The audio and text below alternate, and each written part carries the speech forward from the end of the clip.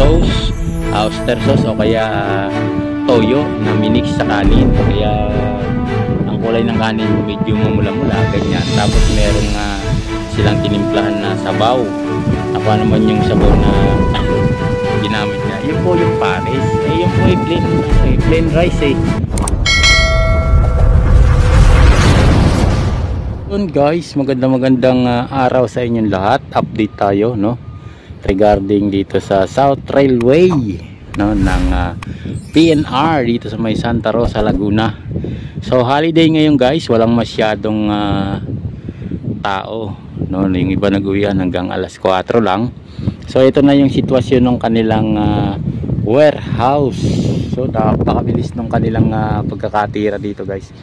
No, halos ilang buwan silang nag-assemble nito. Ngayon nandito na sa may harap natin yan, may mga materialis pa na naka standby. At yung naman, yung warehouse nila guys, so pakita ko sa inyo. Ayan andito na sa harap natin. Ayan ang laki ng kanilang warehouse. Zoom lang natin konti. At pangalawa, may bubong na yan guys. Yan yung malilom na yan dun sa banda ron. May bubong na. May bubong na guys yan. Yung kalahating pisngi nitong warehouse. Ito napakalayo nito guys. Hanggang dun to sa may dulo. Zoom lang natin konti Yan, hanggang dun. Yun guys, yun hanggang dun. Yan, hanggang dyan. Sa likod ng SM na yan. SM na kasi yan guys yung area na yan. Yan yung kanilang area na nakuha dito sa may Santa Rosa, Laguna. So walang masyadong workers kasi nga holiday. So nag-uwian na po ang iba nating mga kasamahan na kababayan natin no. Ipasyal ko lang kayong konti dito guys sa area na to. Yan yung kanilang stockpile area no. Ayan yung mga nakatayo ng double gantry crane. Yan guys, yung kulay yellow na yung mga malalaki na yan. At saka ng girder box. Yan may mga assemble na bakal na yan guys. Pakita natin sa ating madlang people. So ayan guys. Lakad ko kayong konti dito. Yan, hanggang doon yan. Hanggang doon sa area na yan. Hanggang doon. Yan, hanggang doon. Kita nyo ba? Hanggang doon sa lugar na yan. So ayan, kanilang area dito sa may Santa Rosa, Laguna guys. Tingnan kung gaano kalaki yung kanilang stockpile area dito no. Mula po Kalamba hanggang Alabang po yung kanilang responsibility na tapunan ng mga ng mga kanilang inassemble na concrete precast yung casting yard na malalaki guys. Yan yung kanilang area. Ito yung kanilang area na assemble no. Yan, meron pang mga materialis guys na hindi pa na ikakabit. Ayan nakabalagbag dyan. Yan, zoom natin konti. Ayan sa yan yung mga beam no, yung mga beam na yan guys. Yan yung isasampa dyan sa taas na yan. Yan dito na malayo yan guys hanggang doon yan sa dulo. Yun hanggang doon sa may dulo na yun yung itong warehouse na to. Napakaluwang nila. Napakaluwang nitong warehouse na to guys pagka nayari to at natapos. Sobrang luwang.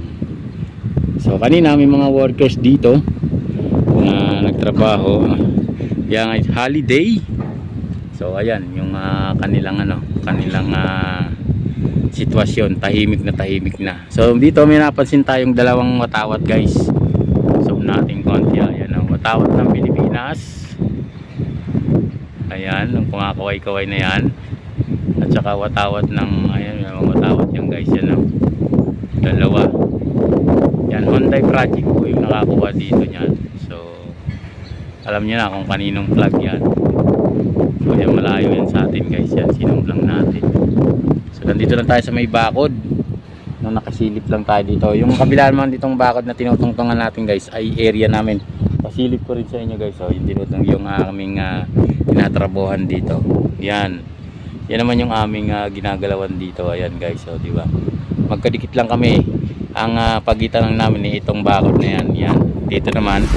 Yan naman yung Hyundai project. Ayan, hanggang doon sa dulo. Ayan, hanggang doon. Hindi ko na dinala yung ano ko guys, ano, kamay-kamay lang muna yung ginamit nating gimbal.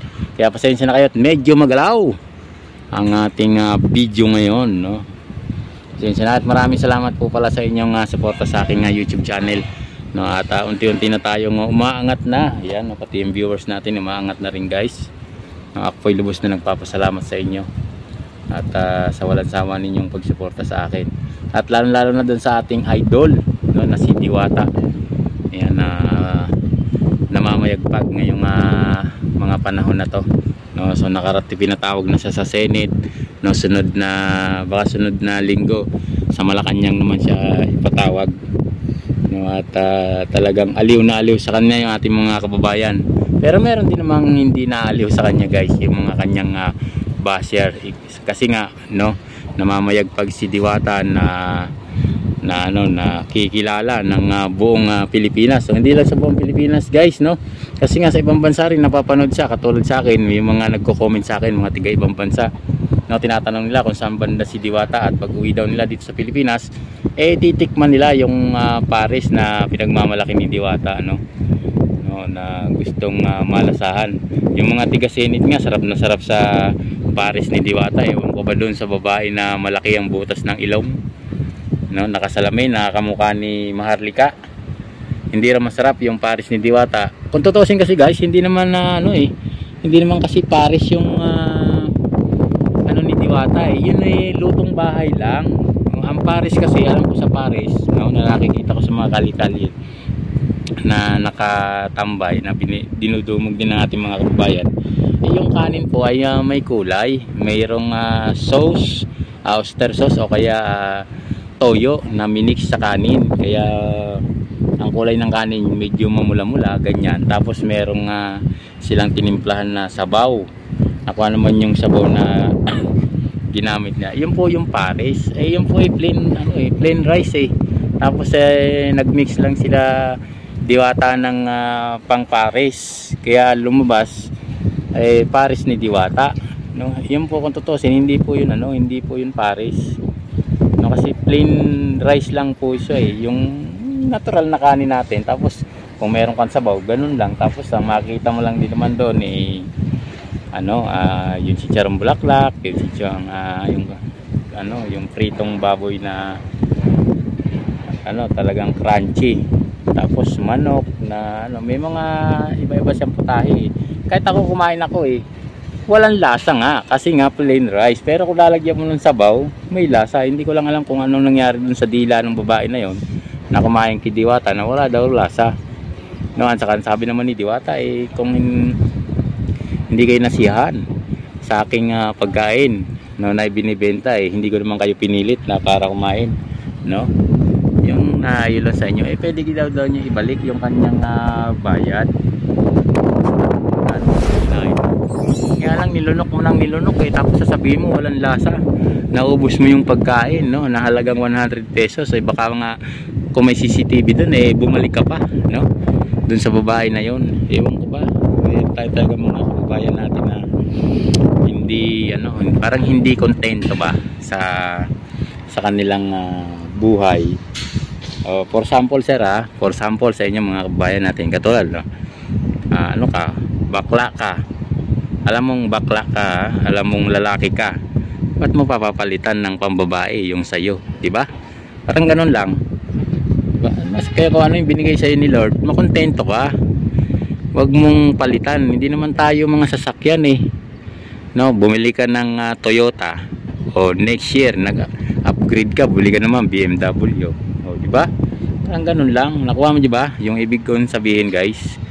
So ganun lang, no, kung anong nandyan kung ano yung kasiraan mo, kung ano man yan, diyan ka na, manatili ka na dyan. Wag mo nang palitan, wag mo nang palitan kung ano man yung binigay sa'yo ni Lord. Sa'yo nga kasi pusong babae ako kasi nga pusong ganito ako ito pa isa guys, kwento ko na rin, nawala na tayo dito sa Santa Rosa, Laguna, ng project ng Hyundai, no, na ikwento ko lang yung nagpakasal na dalawang lalaki, di ba?